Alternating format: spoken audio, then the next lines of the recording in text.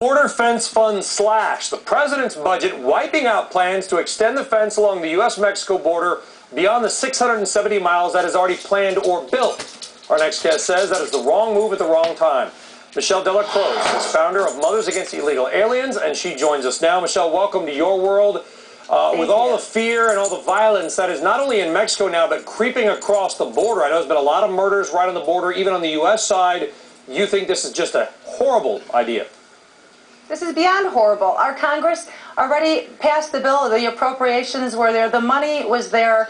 And yet we're still waiting for our fence. We've been waiting for it for 3 years. President Obama needs to understand that promises kept are what people will remember. And the past promises that were made to the American people to build this fence is what we're waiting for. And if he doesn't keep these promises, he can't expect to, throw out new promises and expect that they're going to have any value to the American people. Well, the president did. Remember, the president signed this back in '06. He was in favor of it when he was a senator.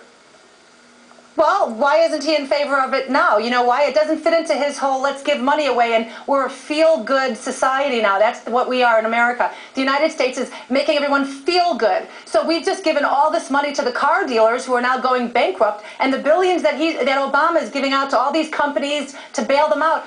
We didn't even need billions to build our fence. We could have had our fence built already. This is about national security. This is about homeland security based on our government now. And, you think about Russia. You had, the motherland, and now we got homeland security. We've got our border czars and our car czars. We got to get rid of all these names for things. It's a very simple concept. You've got appropriations. Congress passes bills. That's the way it's supposed to be since the beginning of the United States. You take the money, you build the fence. Do you think, Michelle, do you think the fence would work, though? The opponents say, listen, they're going to dig tunnels. Absolutely. Listen, I was in the United States to get in.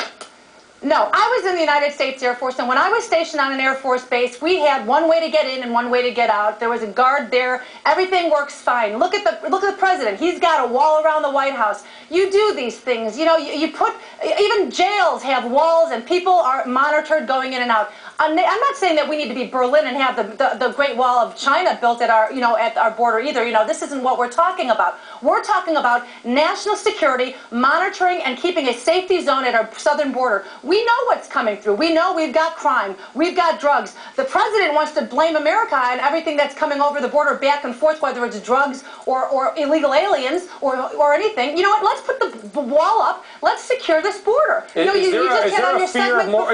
you noticed more violence in your area? I believe you're in Arizona. Or is there a fear now, people that maybe used to go to Mexico for either shopping or vacation, that simply are not going? Well, of course people aren't going to Mexico. You first of all had the swine flu coming over the border, so, the national news is letting everybody know it was a dangerous thing to go over there. But other than that, sure, people are still going over because, they don't want to think that there's any problems. All right. But we've got to secure the border. This is about national security. Michelle Delacroix, thank you very much for joining us. Thank you so much. All right, just a reminder, Luis Caldera, really, there you go. That photo op costing him his job and costing the taxpayer $350,000. He tendered his resignation because he scared the heck out of a lot of New Yorkers. And a reminder, a programming note, on Tuesday,